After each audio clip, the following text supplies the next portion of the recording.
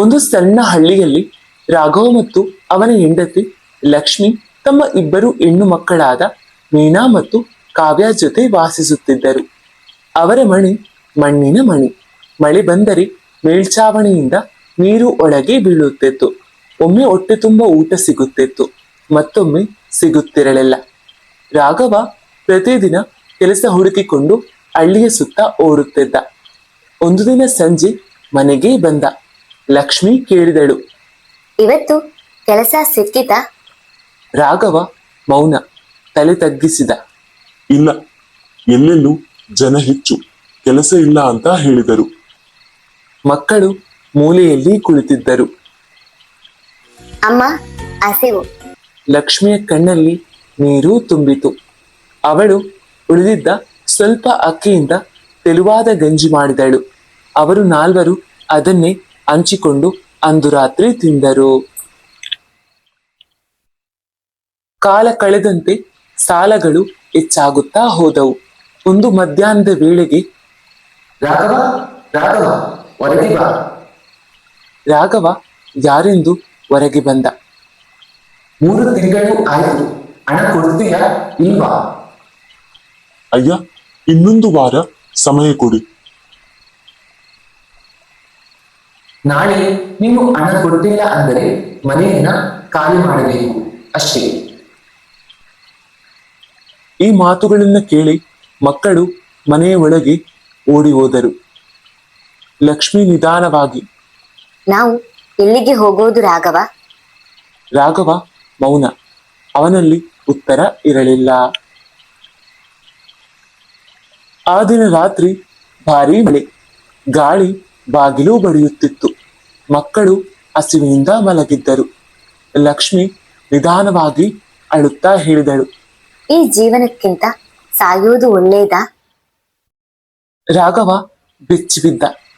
ಹೀಗೆ ಹೇಳಬೇಡ. ನಾಳೆ ಮನೆ ಖಾಲಿ ಮಾಡಿದ್ರೆ ಮಕ್ಕಳು ರಸ್ತೆ ಮೇಲೆ ಬರುತ್ತಾರೆ, ಏನು ಮಾಡೋದು ಹೇಳಿ? ಕ್ಷಣಕಾಲ ಮೌನ, ಮಳೆಯ ಶಬ್ದ ಮಾತ್ರ. ರಾಘವ ಕಣ್ಣೀರು ಹಾಕುತ್ತಾ, ನಾವು ಇಲ್ಲದಿದ್ರೆ ಅವರಿಗೆ ಈ ಕಷ್ಟವೇ ಇರೋದಿಲ್ಲ ಅನ್ಸುತ್ತೆ.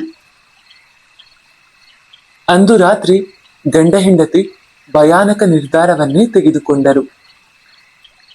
ಸ್ವಲ್ಪ ಪ್ರಮಾಣದಲ್ಲಿ ಬಾಟಲಿಯಲ್ಲಿ ಇದ್ದ ಕೃಷಿಯ ಕ್ರಿಮಿನಾಶಕವನ್ನ ತಂದರು. ವಿಷವನ್ನ ಊಟದಲ್ಲಿ ಕಲಸಿದರು. ಮಕ್ಕಳಿಬ್ಬರು ಇದರ ಬಗ್ಗೆ ಅರಿವೇ ಇಲ್ಲದೆ ಮೂಲೆಯಲ್ಲಿ ಹಸಿವಿನಲ್ಲಿ ಮಲಗಿದ್ದರು. ಅವರಿಬ್ಬರು ಊಟಕ್ಕೆ ಕುಳಿತ ಕ್ಷಣ ಟಕ್ ಟಕ್, ಇಬ್ಬರೂ ಬೆಚ್ಚಿಬಿದ್ದರು. ಈ ಸಮಯದಲ್ಲಿ ಯಾರೂ ಬಾಗಿಲು ಬಡಿಯುವುದು? ರಾಘವ ಗಾಬರಿಯಲ್ಲಿ ಬಾಗಿಲು ತೆರೆದ. ಹೊರಗಡೆ ಭಾರೀ ಮಳೆ ಬರುತ್ತಿತ್ತು. ಒಬ್ಬ ಸುಂದರ ಮಹಿಳೆ ನಿಂತಿದ್ದಳು. ಬಿಳಿ ಬಟ್ಟೆ, ಕೂದಲು ನೆನೆದು, ಕಣ್ಣಲ್ಲಿ ವಿಚಿತ್ರ ಹೊಳಪು. ದಾರಿ ತಪ್ಪಿದೆ, ತುಂಬಾ ಮಳೆ, ಒಳಗೆ ಬರಬಹುದಾ? ಲಕ್ಷ್ಮಿಗೆ ಕರುಣೆ ಬಂತು. ಬನ್ನಿ ಅಕ್ಕ. ಮಹಿಳೆ ಮನೆಯೊಳಗೆ ಬಂದಳು. ಆಕೆ ಬಂದಾಗ ಮನೆಯ ವಾತಾವರಣವೇ ಬದಲಾಗಿತ್ತು. ಗಾಳಿ ನಿಂತಂತೆ, ಒಂದು ವಿಚಿತ್ರ ಚಳಿ. ಮಹಿಳೆ ನಿಧಾನವಾಗಿ ಸುತ್ತ ನೋಡಿದಳು, ಮಕ್ಕಳನ್ನ ನೋಡಿದಳು. ನಂತರ ಊಟದ ತಟ್ಟೆಯ ಮೇಲೆ ಕಣ್ಣು ನಿಂತಿತು. ನನಗೆ ತುಂಬಾ ಹಸಿವು, ಸ್ವಲ್ಪ ಊಟ ಕೊಡ್ತೀರಾ? ರಾಘವ ಮತ್ತು ಲಕ್ಷ್ಮಿ ಹೃದಯ ಒಮ್ಮೆ ನಿಂತಂತೆ ಆಯಿತು. ಲಕ್ಷ್ಮಿ ತಕ್ಷಣ ತಟ್ಟೆಯನ್ನು ಮುಚ್ಚಲು ಯತ್ನಿಸಿದಳು. ಅದು ಅಕ್ಕ, ಅದು ಸರಿಯಿಲ್ಲ, ಹೊಸದಾಗಿ ಮಾಡ್ತೀನಿ.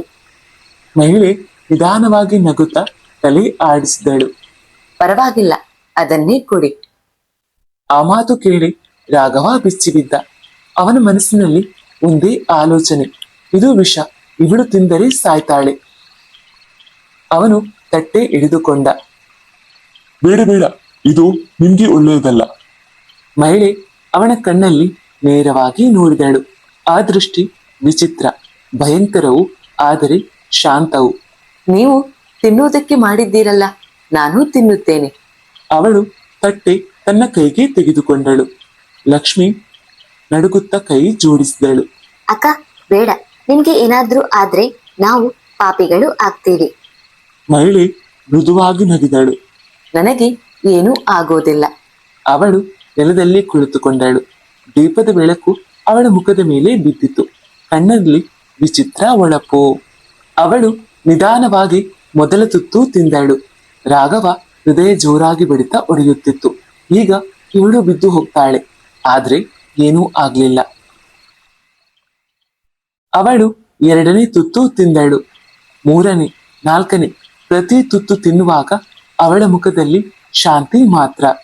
ರಾಘವ ಮತ್ತು ಲಕ್ಷ್ಮಿ ಕಣ್ಣೀರು ಹಾಕುತ್ತಾ ನೋಡುತ್ತಿದ್ದರು. ಅವಳು ವಿಷಭರಿತ ಸಂಪೂರ್ಣ ಊಟವನ್ನ ತಿಂದು ಮುಗಿಸಿದಳು. ಒಂದು ಗಿಂಜು ಉಳಿಸಲಿಲ್ಲ. ನಂತರ ನಿಧಾನವಾಗಿ ಕೈ ತೊಳೆದಳು. ತಲೆ ಎತ್ತಿ ಅವರನ್ನ ನೋಡಿದಳು. ಅವಳ ತುಟಿಯಲ್ಲಿ ಸಣ್ಣ ನಗು.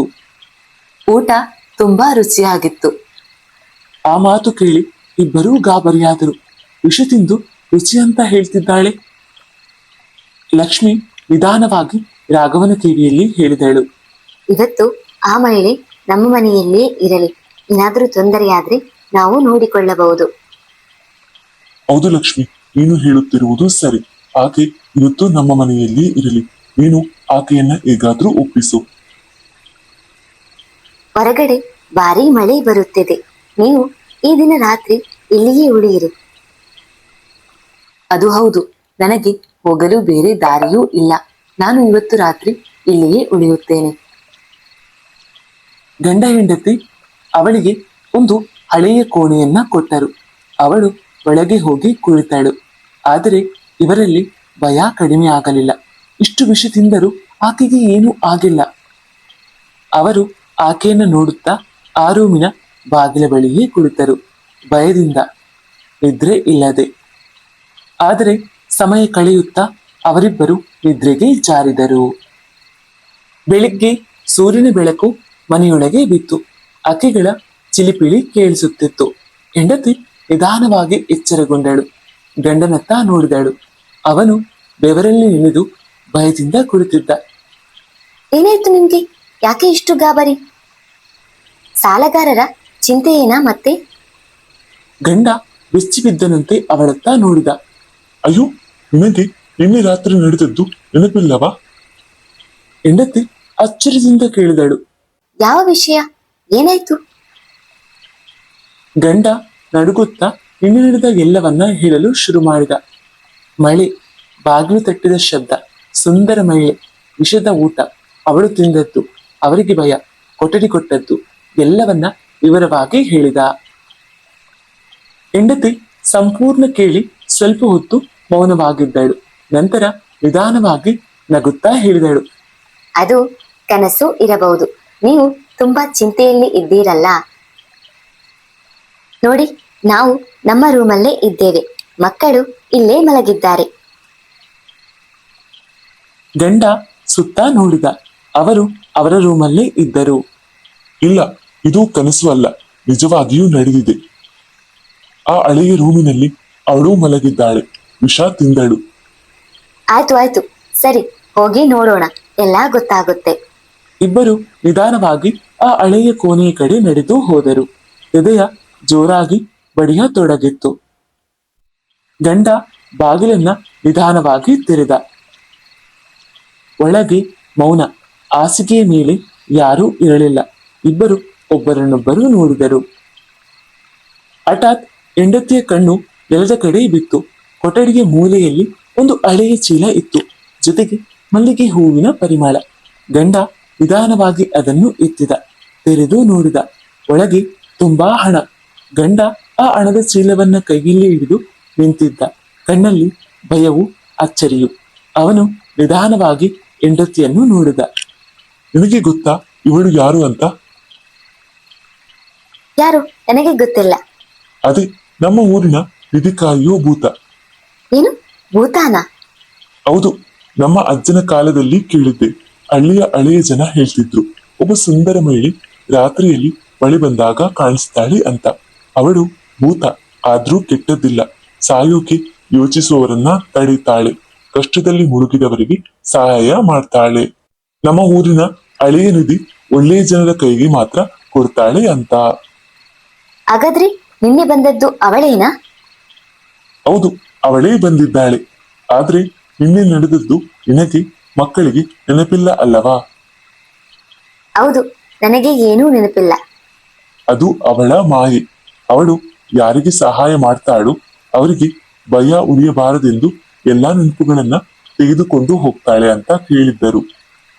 ಮನೆಯೊಳಗೆ ಮತ್ತೆ ಮಲ್ಲಿಗೆ ಹೂವಿನ ಸುವಾಸನೆ ಹರಡಿತು. ಹೆಂಡತಿ ಕೈ ಜೋಡಿಸಿ ನಿಂತಳು.